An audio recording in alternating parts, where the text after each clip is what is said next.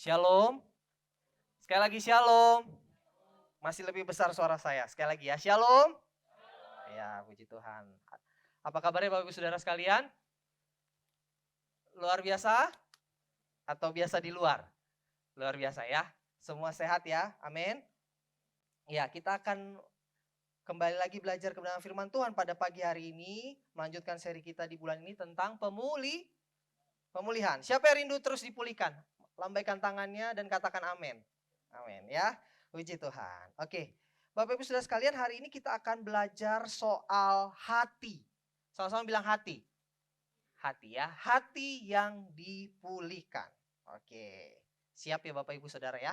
Ini agak sensitif nih kalau ngomongin tentang hati. Jangan main hati. Waduh, tuh ada lagunya tuh. Jangan main hati. Oke. Hati yang dipulihkan. Oke, manusia adalah ciptaan Tuhan Bapak Ibu yang luar biasa yang memiliki hati dan pikiran. Ya, hati dan pikiran.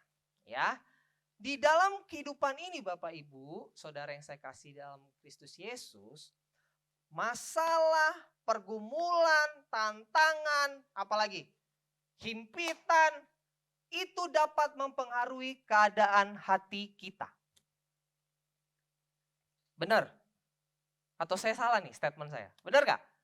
Masalah, pergumulan, tantangan, persoalan hidup, baik keluarga, pasangan, hubungan, apalagi usaha, kantor, itu bisa mempengaruhi keadaan hati kita. Oleh karena itu firman katakan di dalam Amsal 4 ayat 23, ayo tahu gak firmannya? Jagalah hatimu dalam segala kewaspadaan. Karena dari situlah terpancar kehidupan. Dari hati terpancar kehidupan. Saat ini kalau hati kita sedang sebel, pasti kehidupan kita sebel juga. Kalau hati kita saat ini sedang marah, datang ke rumah Tuhan, pasti terpancar sesuatu amarah. Mau Bapak Ibu Saudara tutup-tutupin di hadapan pasangan, anak, ibu ke orang tua. Ya. Itu terpancar Bapak Ibu. Karena semua asalnya dari hati. Makanya ingat ya, Amsal 4:23 katakan, jagalah hatimu. Karena dari situlah terpancar kehidupan. Jadi Bapak Ibu, dari hati kita keluar persoalan-persoalan hidup. Dari hati kita keluar persoalan-persoalan hidup. Oleh karena itu, jaga hati kita. Kasih tahu kiri kanan, jaga hati. Jaga hati, walaupun jauh-jauh ya. Jaga hati. Ya, jaga hati. Jangan sampai hati kita ini tercemar Bapak Ibu. Ya.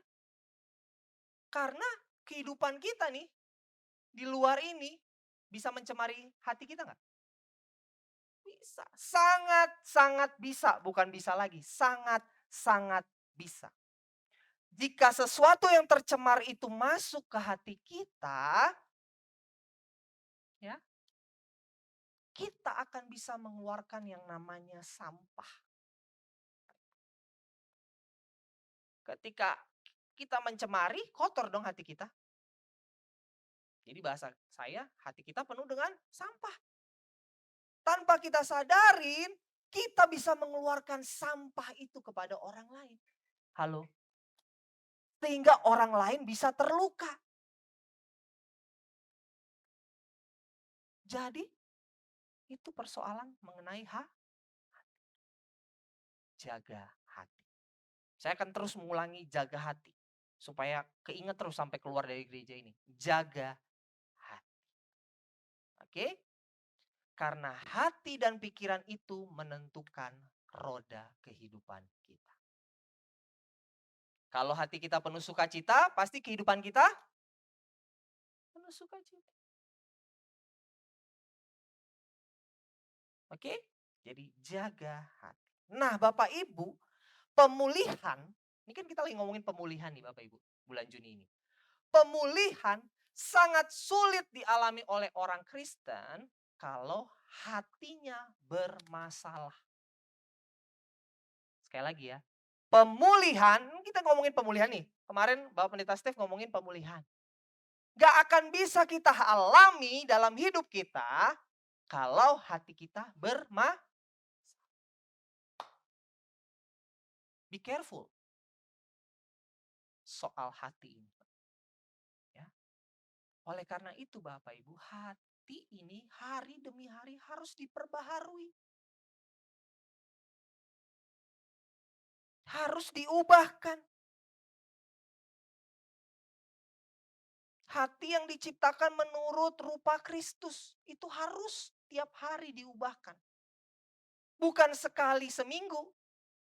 Bukan setiap datang ke gereja, Tuhan berikan aku hati yang baru. Enggak. Setiap hari. Kalau hari Minggu doang terus hari Senin sampai Sabtu, hatinya pakai hati yang mana? Halo? Oh, hati yang hari Minggu kemarin, Pak. Loh, kan baru tadi kita bilang. Di luar itu bisa mencemari hati kita. Bahkan kita nanti keluar gereja nanti jam 11, bisa nggak tiba-tiba ada yang mencemari hati kita? Bisa, sangat bisa. Oleh karena itu, setiap hari, bahkan setiap saat saya bisa katakan, kita harus terus minta Tuhan, hatiku terus diperbaharui oleh Tuhan. Saudara rindu nggak dipulihkan? Kita ngomongin pemulihan sepanjang 1 bulan ini. Bapak Ibu Saudara tahu nggak pemulihan itu apa? Pulih itu apa sih? Kita kepanjangan ngomong pemulihan, totonya pemulihan nggak tahu artinya apa ya. Kita selidikin dulu dari awal. Pulih itu apa sih Bapak Ibu? Dalam KBBI ini yang saya catat nih, pulih itu adalah kembali. Kembali.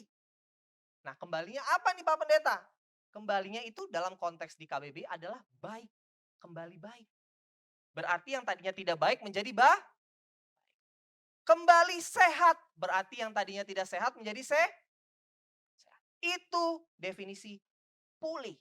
Kembali seperti semula. Kita ini semula ini adalah apa Bapak Ibu? Tahu gak?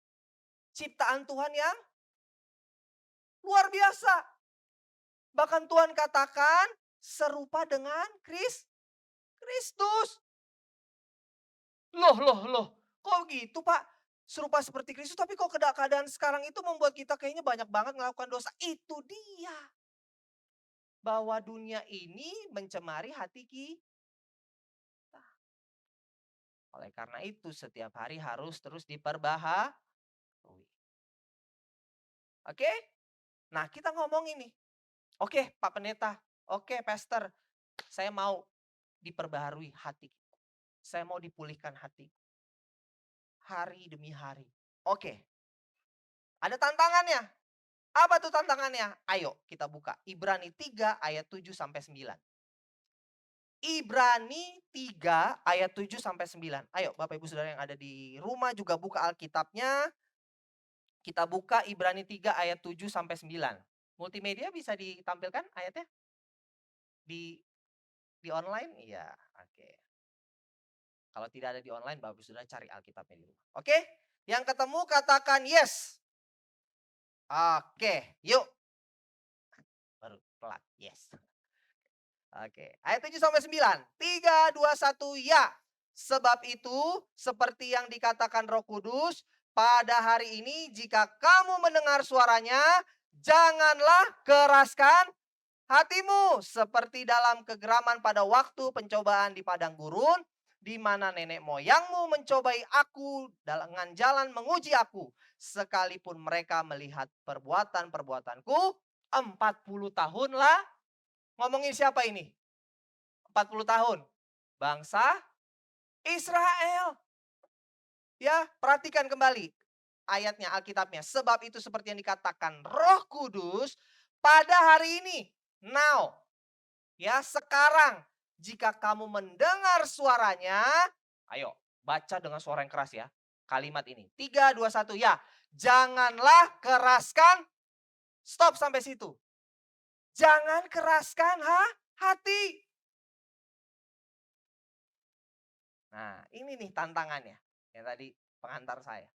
Saya mau dipulihkan, Pak Pendeta, hati saya. Saya mau terima hati yang baru setiap harinya. Oke, tantangannya jangan keraskan hatimu. Orang tidak mungkin mendengar suara Roh Kudus kalau hatinya keras. Mau pencurahan Roh Kudus setiap hari dicurahkan di tempat ini, sampai mau bahasa roh, ya, bisa menafsirkan bahasa roh, tapi kalau hatinya keras, tidak bisa diubah, tidak bisa dipulih. Kuncinya berarti ada di,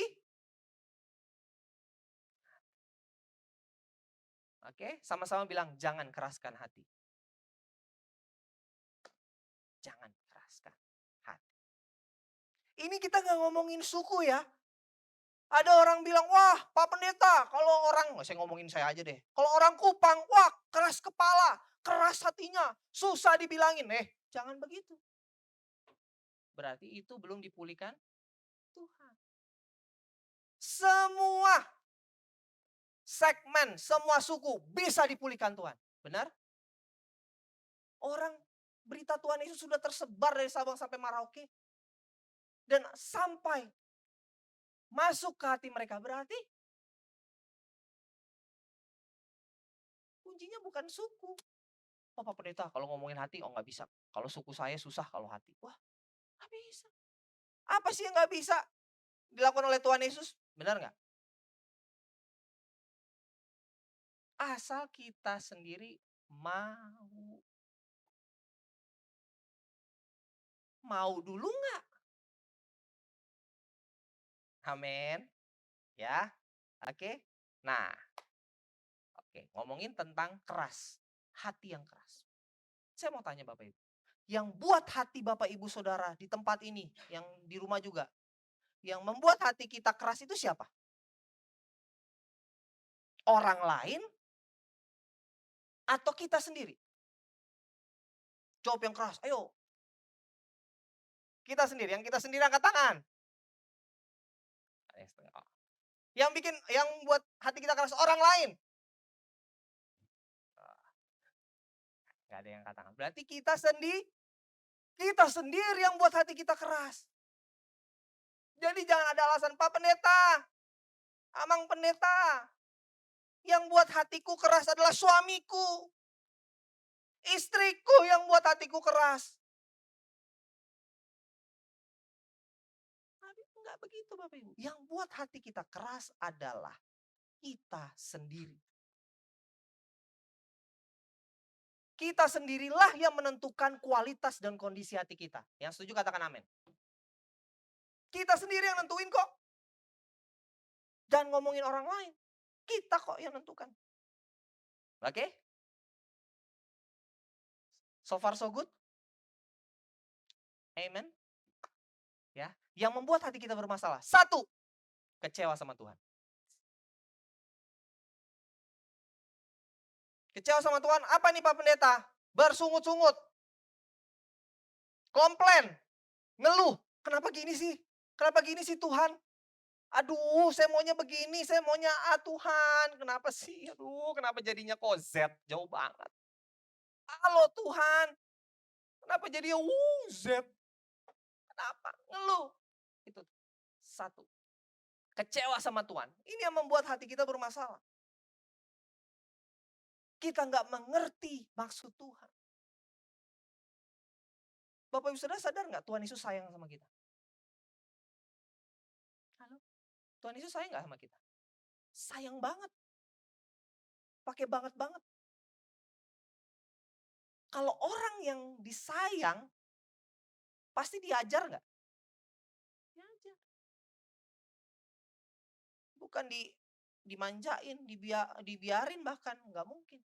Orang yang disayang pasti akan diajar sama Tuhan. Jadi yuk, ini soal sulit nih. Kalau kecewa sama Tuhan, kita harus benar-benar memiliki hubungan yang baik sama Tuhan. Biar tahu maksud Tuhan itu apa. Kita udah ikut Tuhan berapa lama sih Bapak Ibu?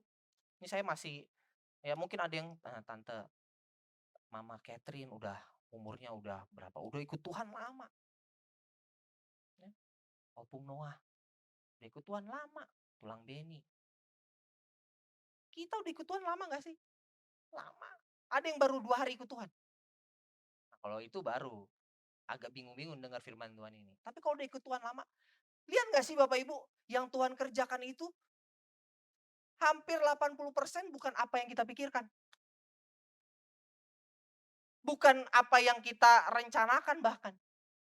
80%, saya nggak bilang 100%. 80%.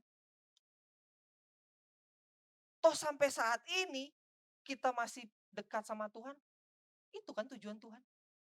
Supaya kita nggak jauh kemana-mana. Sebab kita adalah dombanya. Dan Tuhan adalah Makanya ada pujian katakan, Kak Kania, pujiannya katakan begini. Tuhan adalah gembalaku, takkan kekurangan aku. Apa selanjutnya? Ia membaringkan aku. Dibaringkan di mana? Di padang yang berumput. Apa? Hijau, bukan kering. Bahkan apa? Nah, selanjutnya. Ia membimbingku ke air yang tenang. Ia menyegarkan. Menyegarkan apa? Jiwaku. Selanjutnya apa? Tunku ke jalan yang benar oleh karena siapa? Namanya, ayo refnya sama-sama. Sekalipun apa? Aku berjalan dalam apa? Dalam lembah kekelaman. Sekarang lagi ada di lembah kekelaman nggak? Jujur. Apa di lembah kekelaman? Pergumulan, himpitan. Halo, lagi ada di lembah kekelaman nggak? Pasti ada. Tapi janji Tuhan, Tuhan terus akan Yang setuju katakan amin. Sebab dia adalah gembala yang baik. Mungkin Pak Pendeta Onesimus bukan gembala yang baik menurut kita. Saya bukan gembala yang baik, bukan kakak rohani yang baik. Tapi ada satu pribadi yang, yaitu Yesus. Dia adalah gembala agung kita. Amin. Ya. Kecewa sama Tuhan yang kedua. Udah atas pasti bawah. Kecewa sama itu yang membuat hati kita bermasalah. Masalahnya kita ini makhluk sosial. Kan saya berkali-kali bilang. Apa-apa kita berhubungan sama orang lain. Kita ini sekarang sedang berhubungan. Saya mungkin bisa nanti ke depan bisa menyakiti hati tulang beni. Bisa aja. Selama kita ini manusia, ketemu manusia, human to human, pasti akan menyakiti. Nah, oleh karena itu penting kita untuk menjaga hati kita. Dalam sesi konseling dan bimbingan, pasti saya katakan bahwa orang yang berpotensi menyakiti hati kita adalah orang terdekat kita.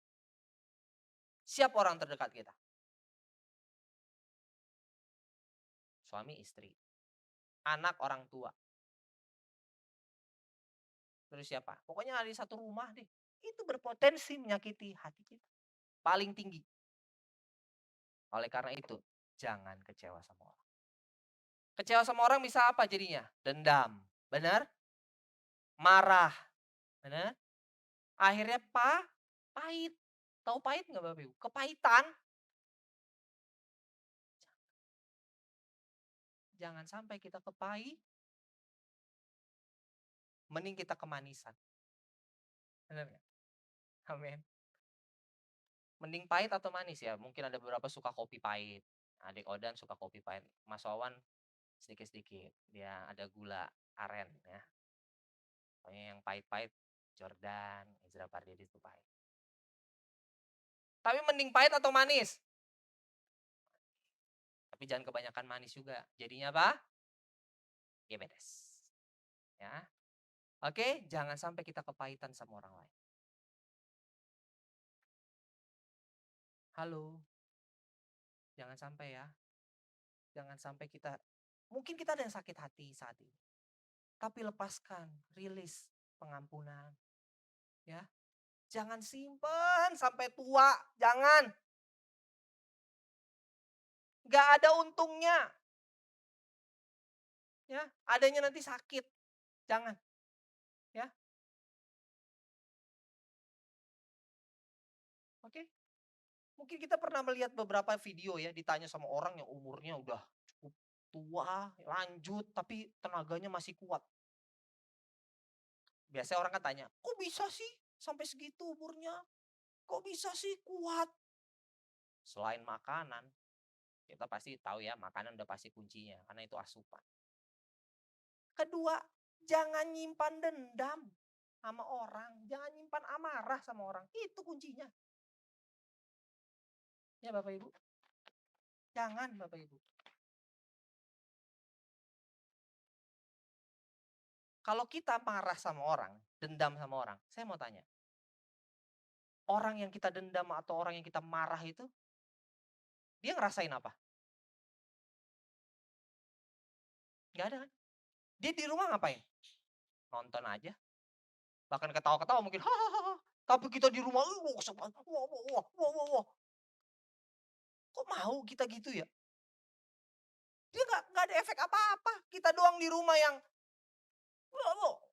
gue kesel banget ya sama ini. Gue kesel banget ya sama cerita sama anak-anak, teman-teman kita. Gue kesel. Nah dia, happy dia. Lagi jalan-jalan. Orangnya.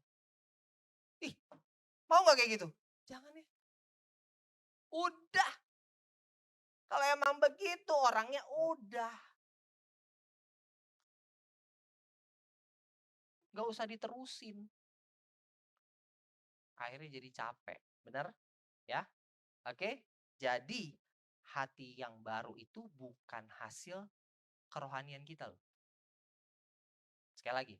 Hati yang baru itu bukan upaya atau hasil dari kerohanian kita. Kok gitu Pak Pendeta? Iya.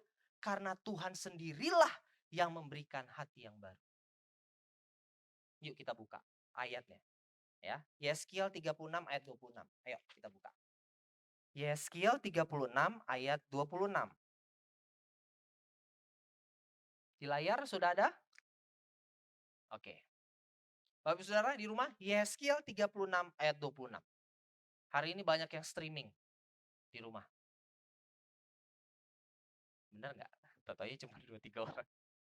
Banyak ya, Kanaldo ya. Banyak. Amen. Oke, Yeskiel 36 ayat 26. Yang ketemu katakan yes. Waduh, cuman Rini doang. Nah, yang sudah ketemu katakan yes. Oke, yuk 3, 2, 1, ya.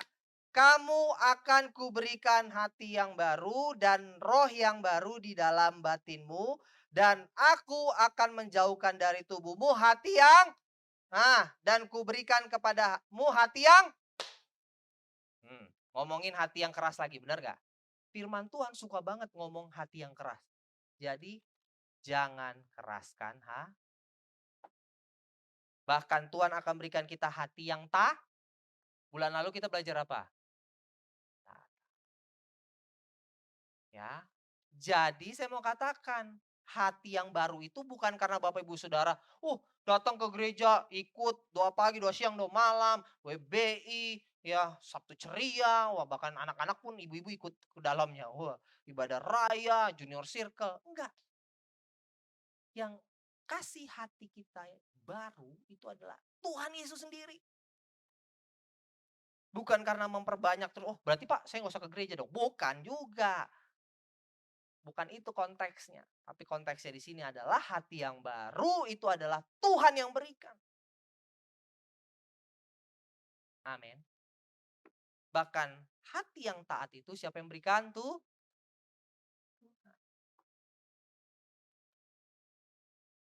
Semua sumbernya dari Tuhan. Oleh karena itu, minta. Sama-sama bilang minta. Kan pujian sekolah minggu. Masih ingat? Mas Wawan, ingat nggak? Mintalah, mintalah, maka kamu kan diberikan. Carilah, carilah, maka kamu kan mendapat. Ini firman Tuhan.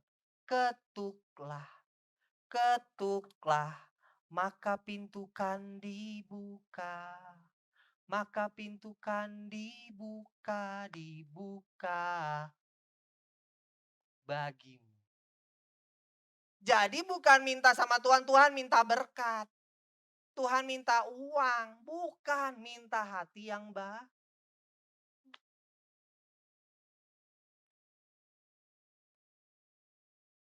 Halo. Kuncinya ada di kita loh. Pintu, kayaknya ada yang pernah ngomong ya hamba Tuhan di sini. Kalau ilustrasi Tuhan mengetok pintu, gak ada lukisannya sih kita. Pintu yang diketok Tuhan itu gak ada gagangnya.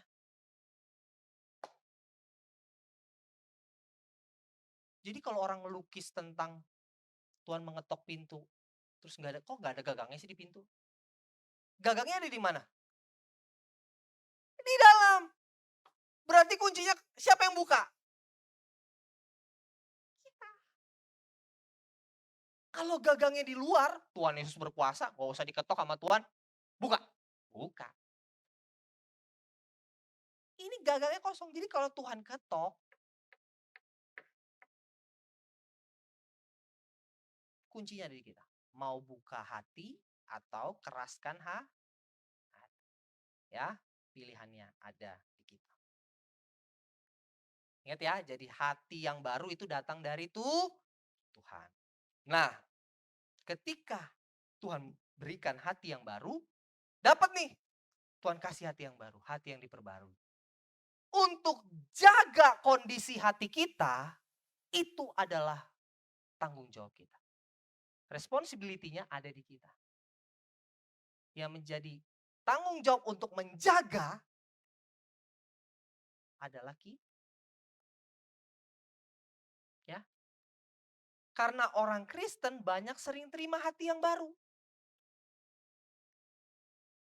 Terima nih, hati yang baru Tuhan berikan. Terima kasih Tuhan. Wah, dapat hati yang baru. Tenang. Hatinya nggak dijaga. Tercemar lagi nggak? Tercemar lagi. Memang hati yang baru Tuhan yang berikan. Jordan dikasih hati yang baru sama Tuhan. Nah yang jaga Jordan. Jangan bilang Tuhan Yesus jaga hati saya. Gak bisa. Yang jaga hati kita ya tuh. Siapa? Kita bukan Tuhan. Ya, makanya Alkitab katakan, anggur yang baru ditaruhnya di mana? Di kirbat yang baru. Kalau ditaruh kirbat yang lama, maka rusak. Kan itu firman Tuhan ya. Oke, kalau bingung, apa sih kirbat? Apa sih anggur? Ngomongin oke. Bapak Ibu Saudara, Tulang Beni kasih kita semua baju di sini. Baju baru. Tapi kondisinya kita habis main lumpur. Kita main lumpur di taman di Eramas itu yang ada kolam. Kita main lumpur. Senang kita lagi main outbound lah kita. Lumpur. Terus Tulang Beni bawa. Oke, jemaat GB Eramas 2000 nih. Saya belikan baju satu-satu ya. Ukurannya udah sesuai semua. Oh, makasih Tulang Beni. Apa yang kita lakukan? Apakah kita langsung buka plastik yang Tulang Beni kasih, langsung kita pakai atau gimana? Kita mandi dulu dong. Benar nggak? Kan lumpur. Bersih-bersih dulu dong. Ya, siram-siram dulu, handukan, sabunan. Baru ambil baju yang Tulang Beni kasih, benar nggak? Nah lucu dong. Kita habis lumpur-lumpuran, mana Tulang Beni? Saya pakai. Wow, saya pakai. Baju. Kotor nggak tuh baju? Itu ilustrasi singkat. Jadi kalau punya hati yang baru, kita yang jaga. Halo. Sekali lagi, kasih tahu kiri kanan, jaga hati. Ini bukan hanya untuk orang Kristen loh. Teman-teman kita di agama lain, Muslim pun mereka pesannya sama, jaga hati. Makanya ada lagunya kan. Oh dan lagunya gimana? Jagalah hati, ya kan? Jangan kau nodai. Benar nggak? Itu firman Tuhan Bapak Ibu. Amsal 4 ayat 23 tadi. Benar nggak? Orang teman-teman kita dari Muslim menyanyikan itu, masa orang Kristen kagak jaga hati? Halo. Mau dipulihkan? Amin. Ya. Oke. 2 Korintus 3 ayat 3. Ayo kita buka. 2 Korintus 3 ayat 3. Multi. Amin. Bapak Saudara boleh lihat di layar. Yang di tempatnya nggak bisa lihat di layar. Ya, buka Alkitabnya. Buka HP-nya. Ya. Yang ketemu katakan yes. Oke. 3, 2, 1, ya. Karena telah ternyata bahwa kamu adalah surat Kristus yang ditulis oleh pelayanan kami. Ditulis bukan dengan tinta, tetapi dengan roh dari Allah yang hidup. Bukan pada loh-loh batu, melainkan pada loh-loh daging, yaitu di dalam hati manusia. Oke, Tuhan menulis firman-Nya di dalam loh daging, bukan loh batu. Loh daging di sini apa? Hati. Makanya kalau firman Tuhan sedang diberitakan oleh hamba-hamba Tuhan, siapkanlah loh dagingmu. Jangan pakai loh Loh apa di situ batu. Loh batu itu dipakai buat apa? Tulis 10 firman Allah kan? Ya kan? Siapa yang nulis? Moses. Musa. Ya. Di gunung apa? Tangkuban? Bukan. Gunung Sinai. Tangkuban Perahu. Sekarang ini Gunung Salak. Ya. Bukan ya, di Gunung Sinai. Ditulis 10 firman Allah di loh batu. Nah, nulis di loh batu itu kira-kira gimana? Apakah seperti tinta di atas A4 gitu gampang? Atau pahat-pahat? Keras gak? Nah, perjanjian baru Tuhan minta bukan di loh batu firman Tuhan ditulis, tapi di loh daging, yaitu hati Oke? Jadi saat ini Bapak Ibu sudah siapkan loh dagingnya. Terima firman Tuhan ini tertanam di loh daging kita. Ya, oke? 2. Yeremia 17 ayat 9. Yeremia 17 ayat 9. Yeremia 17 ayat 9. Multi. Clear. Oke.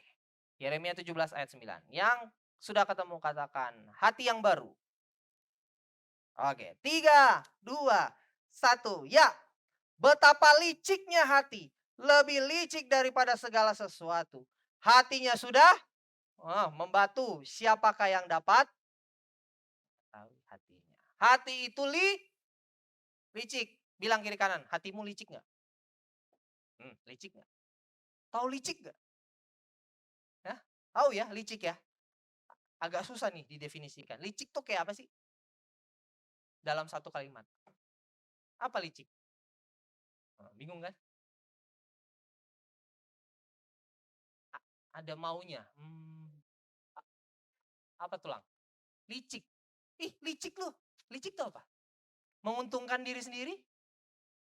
Ya, ada ya, masih samar-samar lah ya. Susah lah mendefinisikan. Licik pokoknya. Dikatakan yang licik itu adalah hati. Bahkan lebih daripada segala sesuatu liciknya hati itu. Hatinya sudah membatu. Lu bayangin tuh. Hatinya sudah membatu. Siapa yang di sini hatinya sudah membatu? Angkat tangan. Wah, nggak ada yang angkat tangan. Wah, Jordan, hatinya sudah membatu. Keras. Jangan, ya. Oke. Siapakah yang dapat mengetahuinya? Oh, bayangin.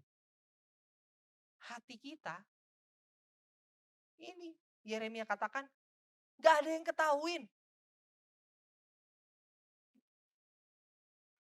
Ini nih, ngomongin saya, mungkin saya sama istri saya. Saya nggak tahu nih hati istri saya di belakang gimana. Tadi dia bilang, capek gue dengerin Esra ngomong. Bisa kan bisa gitu. Tuh dia ketawa-ketawa. Tapi bener lagi tebakan saya. Ya. Karena udah sering ngomong di rumah kan. Ngomong lagi di gereja. Gak ada yang tahu. Halo. Tante, tahu nggak apa yang hatinya Catherine sedang rasakan? Gak ada yang tahu. Walaupun Catherine bilang, "Mah, aku baik-baik saja. Aku sekolah baik, lancar." Gak ada yang tahu. Tante, oh iya, bagusnya. Tapi yang tahu hatinya hanya bahkan Catherine pun juga nggak tahu loh hatinya. Yang lebih tahu tuh Tuhan sebenarnya. Ya, oke. Jadi betapa liciknya hati. Oleh karena itu jagalah hati. Hati itu licik.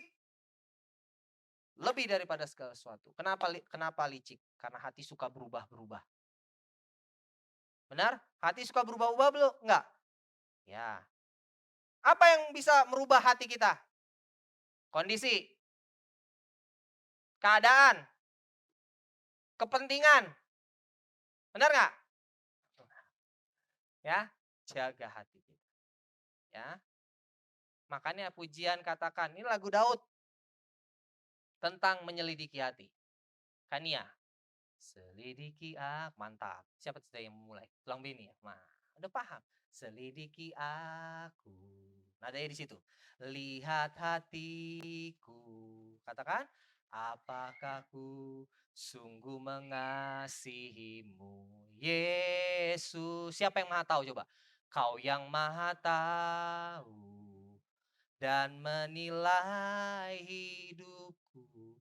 Tak ada yang tersembunyi bagimu.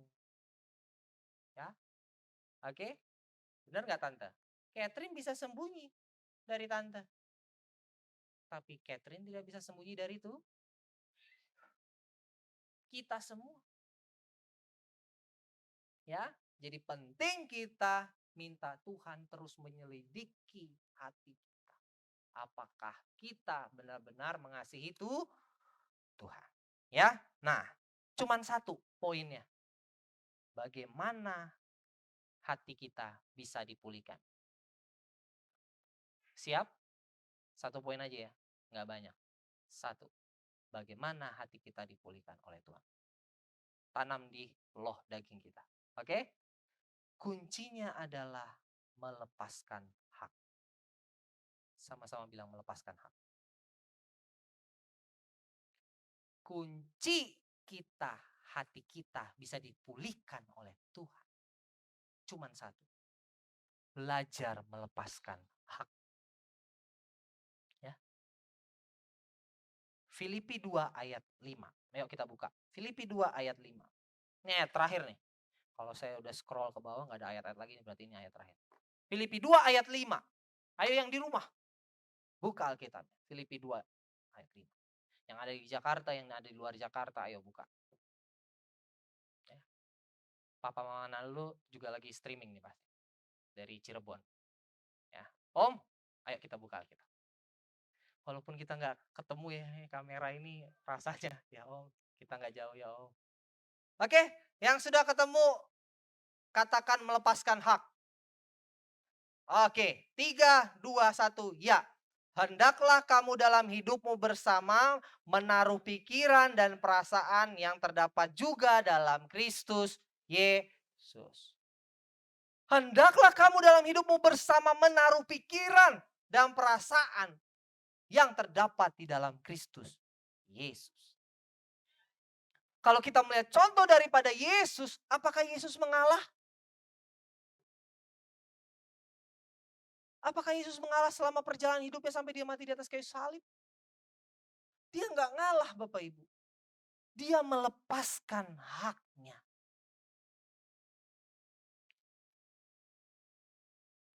Firman Tuhan katakan dia tidak mempertahankan rupa Allah sebagai suatu kesetaraan. Ya, Dia masuk dalam pembantaian seperti domba, benar gak?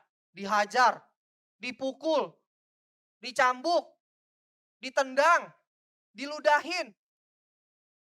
Apakah Yesus mengalah? Dia melepaskan haknya. Bukan ngalah Bapak Ibu, dia lepaskan haknya. Orang dia setara sama Allah kok. Kita kan percaya bahwa Allah itu Tritunggal, betul nggak? Allah Bapa, Allah Anak, Allah Roh Kudus. Tritunggal, tiga ini menjadi satu. Jadi Tuhan Yesus yang tadi turun sebagai manusia, dia punya kuasa nggak? Punya.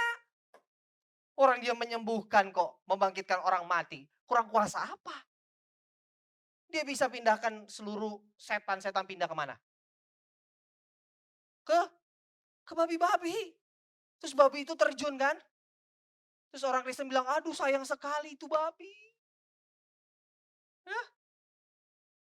Sayang banget kenapa gak dipanggang, bener gak? Kenapa diterjunin terus mati semua? Bener? Kurang kuasa apa Tuhan Yesus? Halo? Dia bukan mengalah tapi melepaskan hak. Iya, melepaskan hak. Nah kita harus belajar juga. Hati yang dipulihkan caranya adalah belajar. Saya nggak bilang langsung lepaskan hak. Nggak segampang itu. Benar nggak? Kan kita memiliki keegoisan. Ya. Oh mauku. Aku senangnya begini. Ini aku. Nah, makanya saya katakan bagaimana caranya belajar. Belajar apa? Melepaskan hak. Oke? Kita dicuekin, ngambek. Ya. Apalagi? Nggak dihargain, marah. Halo. Ini yang harus kita pelajari nih, mengikut Tuhan. Kenapa sih kita bisa ngambek? Kenapa sih kita bisa marah? Digituin orang. Karena kita masih menjadikan diri kita sebagai yang paling atas. Center. Makanya ada pujian kan terkait center. Ayo, Jordan. Jesus be the center of it all. Tahu lagu itu, Odan? Tahu. Odan pakar worship. Kalau praise dia nggak suka. Tahu ya lagu itu? Ada lagunya. Yesus yang menjadi center yang terutama di hidup ini. Nah kalau kita dicuekin masih ngambek. Ya. Ih, Kak Ezra kok gak salam aku? Malas aku. Padahal aku skip Bapak Ibu Saudara sekalian. Kalau kita langsung nggak mau aku ibadah di situ. Aku nggak disalam sama Kakak Nia. Dia duduk-duduk aja di situ. Dia main HP. Aku nggak dilihat. Padahal aku di sampingnya. Wah. Gak maulah aku ke gereja itu. Wah. Siapa yang jadi center? Ya. Kita udah mereka-rekakan. Jangan-jangan Kak Nia gak suka sama aku. Karena apa ya? Kayaknya aku gak ngomong sama dia. Panjang. Seminggu. Rabu. Enggak deh. Kayaknya minggu lalu aku sapa dia. Masih di bawah. Hari Jumat. Apa ya? Seminggu Bapak Ibu. Akhirnya hari Minggu gak mau ke gereja. Udah di bawah seminggu. Dipikirin hari Minggu gak ke gereja lagi. Halo. Ya Bapak Ibu. Gimana nanti gereja kita udah Tuhan izinkan ada 2000 jemaat. Bayangin nih, 2000 jemaat. Tulang Beni, wah mana Tulang Beni? Tulang Beni udah di mobil, udah pulang. Saking udah gak bisa ketemu. Nah di sini, nih lagi ngeliatkan semua. Ayo nanti pulang salam satu-satu. Ya, tanya apa kabar. Kalau udah 2000 gak ada tanya apa kabar Bapak Ibu. Percaya sama saya. Odan saksi. Kalau udah lagu doa berkat, berdiri, ngantri pulang. Ada apa duduk dulu? Mau ngobrol lah sama Kak Ajeng. Ada. Kak Ajeng udah gendong anaknya udah pulang. 2000 orang. Mau ngomong sama Kak Ezra. 2000 orang. Nah kita nih, gereja kita yang ada ini, ayo. Lalu tulang Beni. Halo Opung Noah, apa kabar? Saling ngobrol gitu loh. Ya, oke? Jadi ingat, yang menjadi center adalah Yesus. Ya, yuk belajar. Ya, kurang-kurangin ngambek kalau nggak dihargain. Ya, kurang-kurangin kalau dicuekin dikit, marah, nggak dihargain dikit. Bapak Ibu Saudara jangan cari penghargaan dari orang. Tuhan Yesus udah hargain kita mahal, benar nggak? Benar nggak? Ngapain cari penghargaan dari orang lain? Halo, itu aja prinsipnya, simple nggak? Simple. Saya mau dihargai sama tulang Beni. Tulang, Esra. Bisa jadi tulang Beni hargainya, oh ya udah, ya Esra, ya gitu aja. Terus kita, marah, nggak mau begini dong penghargaannya, harus lebih dong tulang. Loh, kok kita minta sama tulang Beni nuntut hargain, dia capek dong. Udah, Tuhan Yesus sudah hargai kita mahal. Bayarnya bukan pakai uang, pakai darah yang mahal. Kurang apa kita? Kurang mahal apa? Jadi gak usah cari penghargaan di orang lain. Tuhan Yesus sudah menghargai kita. Amin. Ya. Jadi saya mau katakan Bapak Ibu. Ada waktunya kita harus merelakan yang namanya Ishak-Ishak kita. Apa tuh Ishak? Tahu Abraham kan? Kemarin Bapak Gembala ya pernah cerita ya. Abraham mengorbankan Ishak. Siapa Ishak? Orang atau anak yang dinantikan, benar gak? Udah nunggu lama, didoain terus. Tapi hanya satu kalimat Tuhan perintahkan, Abraham persembahkan anakmu, Ishak. Terkadang Tuhan bawa kita untuk kita mengorbankan Ishak-Ishak kita. Apa yang menjadi Ishak kita? Mungkin pasangan. Aduh Tuhan, aku udah 3 tahun Tuhan. Masa udah? Ya Tuhan bilang, korbankan. Mau ngomong apa? Bawa itu. Aduh Tuhan, saya udah kerja di sini udah lama banget Tuhan. Masa aku mau di PHK Tuhan, aduh Tuhan. Kalau Tuhan bilang korbankan Ishakmu, taat. Ya toh? Akhirnya apa endingnya kan? Kemarin Bapak Gembala cerita bahwa udah sampai di bukit, apa namanya? Bukan Bukit Zaitun, Bukit Moria. Ya, bukan Bukit Zaitun. Jangan salah, ya. Ketika Ishak mau dipersembahkan, apa yang Allah bilang? Stop! Berhenti! Aku tahu bahwa engkau adalah orang yang